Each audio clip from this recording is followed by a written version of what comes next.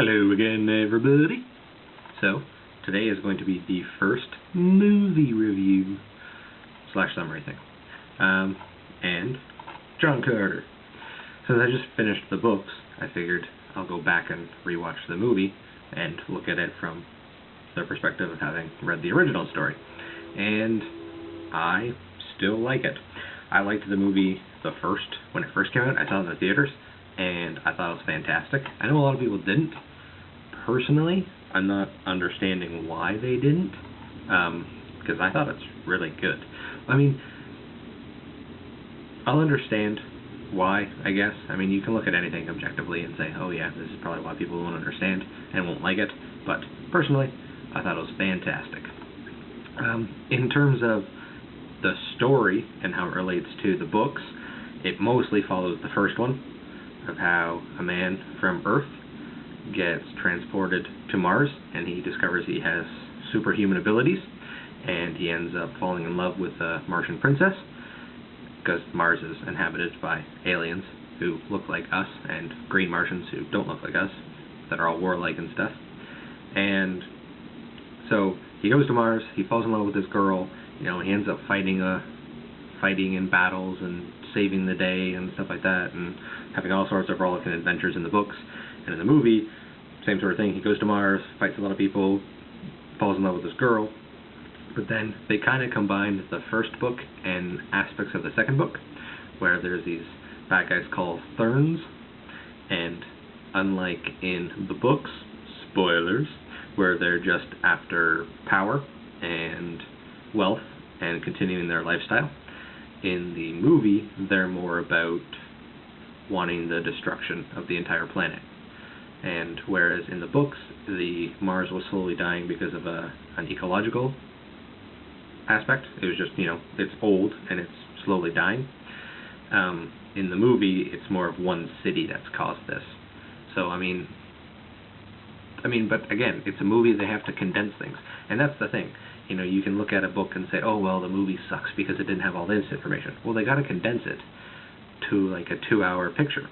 And they have to change things because, let's face it, if they just did the original story, no altercations, well, it might be a fun movie. I think there would be some boring parts to it. So, I think it's less a direct adaptation of the book and more of saying, hey, we're going to use this cool idea of where a guy goes to another planet and gets superpowers and, have sword fights, then, let's do point for point.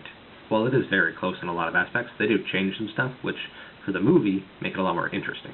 Because there are parts in the book that if I had to watch it on screen, I don't know if I would like it, because it's not as entertaining, I would think. And that's the hard part of this stuff, which I think I'll make a video on one point, the comparing the books to movies. But yeah, so the CGI in it is good, I thought.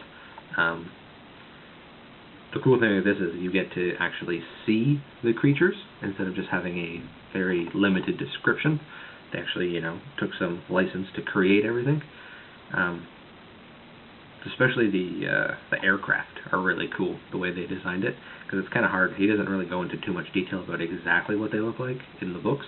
So in this, it was nice to see, they're flying around and having ship battles and stuff like that, and that's really cool. I would love to see a movie that takes those planes and just kind of make it kind of like the old.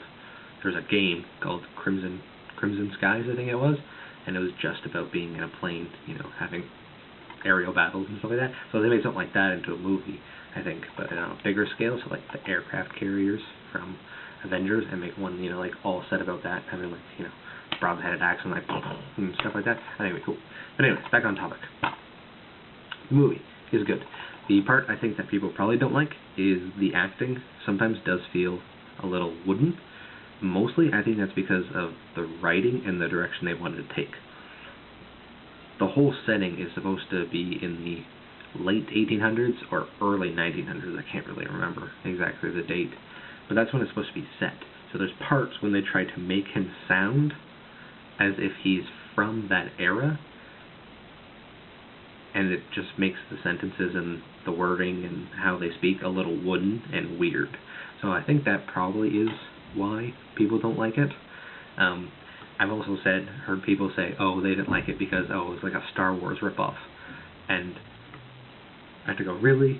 Really? You do know that this book came out like 100 years before Star Wars, right?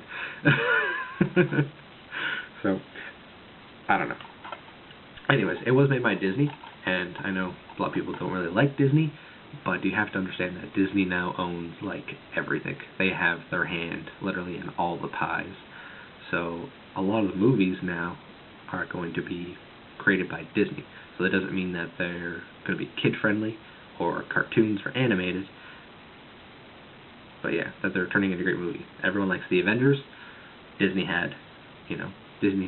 were able to throw their name on it because they were partnered with it. Not because they actually had a hand in making it, but because they're part of it. I'm not really sure how much they had with this one, but I think that's just a fact that everyone's going to have to accept. Disney is owning everything, and their name's going to be on everything. And that doesn't necessarily mean that's going to impact the movies, because it's still going to be up to the studios that make them, the directors, the actors, everything like that, and the story itself. But yes, going off all on topic. John Carter, it's not a deep movie, it's not a philosophical movie, you won't go like, Whereas the book, yes, it did make you think a little bit more about certain things, but the movie is a good adventure, the special effects of him jumping and fighting and stuff like that. It's an action adventure hero movie, and it's fantastic. So if you want a non-stop action, that's what it says on the back here. It's a good movie.